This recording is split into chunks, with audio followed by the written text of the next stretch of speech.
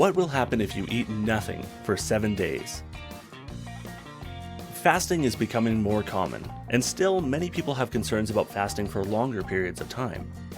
Unlike intermittent fasting, this would usually entail not eating for several days. Most people will quickly reject this as a realistic fat reduction and weight reduction alternative due to many misconceptions surrounding this issue. People, for example, are concerned about losing muscle mass. They're also concerned about their metabolism slowing down, as well as their overall health and well-being. In today's video, I'm going to explain what exactly happens to your body if you don't eat for 7 days. Suppose you want to burn fat and lose weight. In that case, I strongly advise you to stick with me to the end because I can tell you precisely what to anticipate and dispel any misconceptions or worries you may have about a longer-term fasting diet. To understand what occurs in the absence of food, we must first know what occurs when eating. It all begins with the sun, whose energy is gathered by plants through photosynthesis.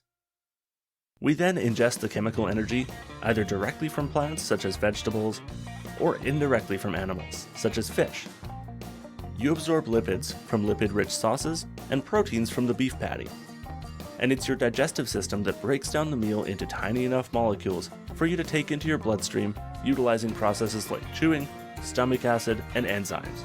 Any extra glucose is stored as glycogen in the liver and muscles, while some are converted to lipids.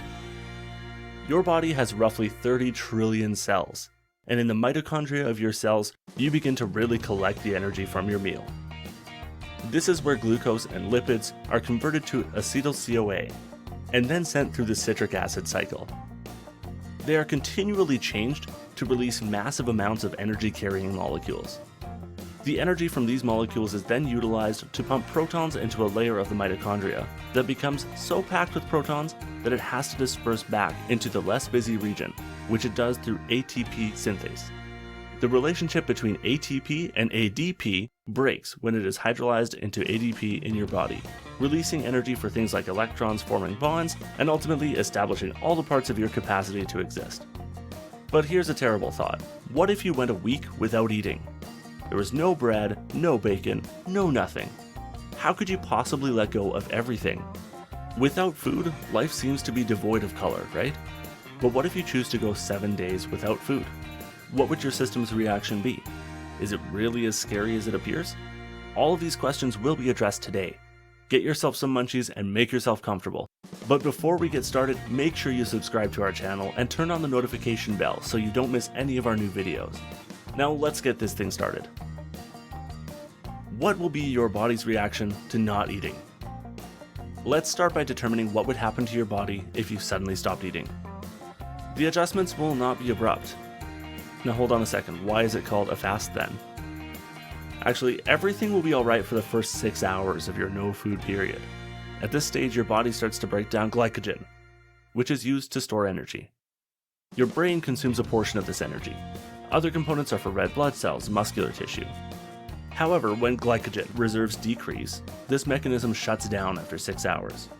All of these internal operations have an effect on your mood, making you furious and hungry. Isn't that the case? But the story doesn't end there. Your body starts a new phase, termed ketosis, after 6 hours.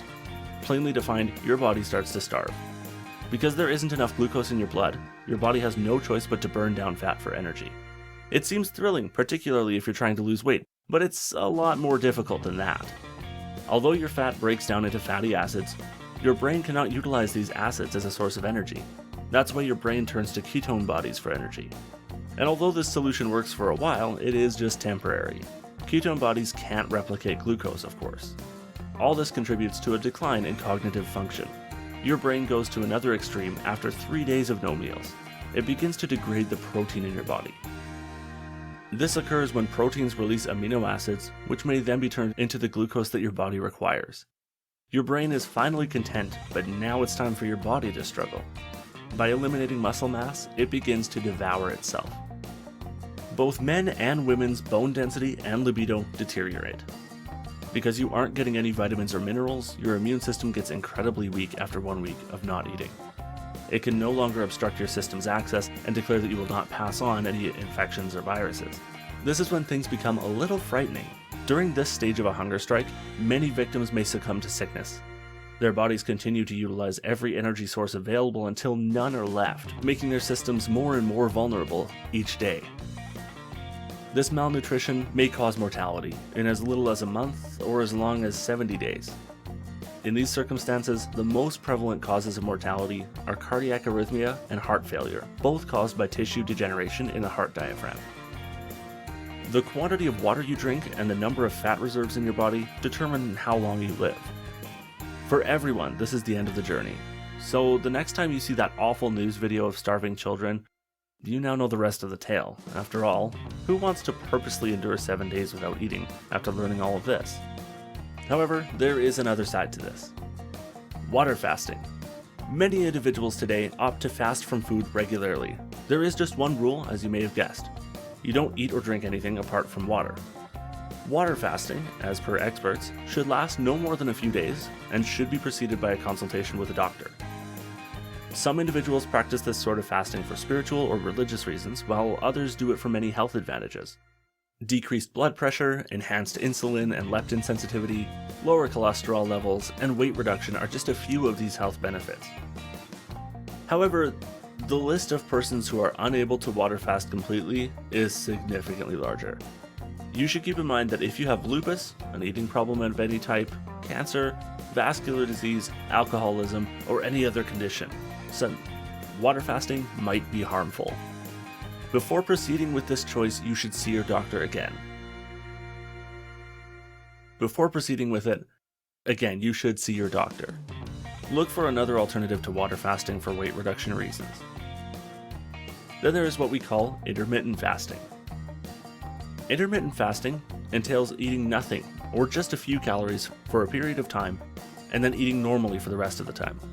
The 5-2 diet, which entails eating normal meals for 5 days of the week and then consuming a quarter of one's usual calorie intake for the last 2 days, is the best application of this concept. Both ways provide equally powerful outcomes according to research. One important piece of research on water fasting was done by the Department of Medicine at the University of Dundee in Scotland. In 1973, they tracked the life of a 27-year-old man who fasted for 382 days, and the outcomes were outstanding. He dropped from 456 pounds to 180 pounds. Of course, all of this was done with the help of physicians and vitamin supplements such as yeast, sodium, and potassium. However, this was not the most incredible thing.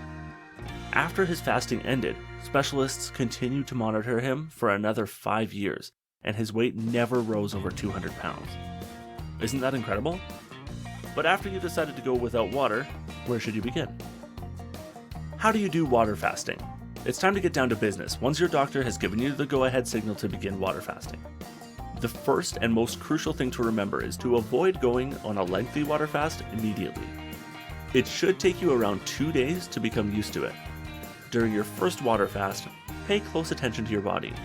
If the results are positive and pleasant, you can extend the water fasting intervals. Typically, those who choose a 7-day fasting period feel weary and dizzy at first. On day 4, however, many people indicate that they experience the exhilaration and mental alertness, which leads to increased productivity. When planning your 7-day water fast, aim to schedule it at a low-stress period in your life. It isn't the best time to do it during the busy season or while you're traveling. Fasting isn't all flowers and sunshine. It is difficult and needs a lot of determination. Your job productivity may suffer as a result of this approach. It's also a good idea to start the water fasting slowly and gradually. Breakfast can be skipped in the first week, followed by breakfast and lunch in the following week. By the 3rd week, you can allow yourself to eat just half of your meals, and in the 4th week, you can begin your water fasting. This moderate approach will be appreciated by your system. During the fast, males should drink around 13 glasses of water, and women should strive for 9 glasses. Let yourself sleep for as long as you need and refrain from exercising.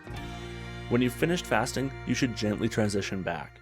For the first 2 days, easy to digest meals like soups, liquids, pureed fruit, white rice, and mashed potatoes are ideal. Add basic protein sources such as eggs, poultry, broccoli, cottage cheese, and others on day 3. After a few days, you may add more diversity to your meal. The great part is that you can simply maintain your post-fasting weight after your successful fast is done. Surprisingly, many individuals report that their cravings for junk and unhealthy foods dropped after water fasting, and they began to enjoy good food and its flavor more. See, another unhealthy habit is thrown out the window. Water fasting, on the other hand, isn't simply a harmless experience. Your doctor should be the one to determine whether or not you should go forward with it. If they agree and you believe it would be beneficial, then best of luck. There you have it. Remember to come back to this video to share your story and results if you do decide to water fast. And how long have you gone without eating before? Let us know in the comments section below.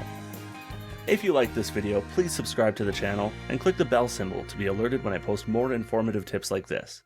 Take care of yourself and stay healthy. Thanks for watching, and I hope to see you again soon.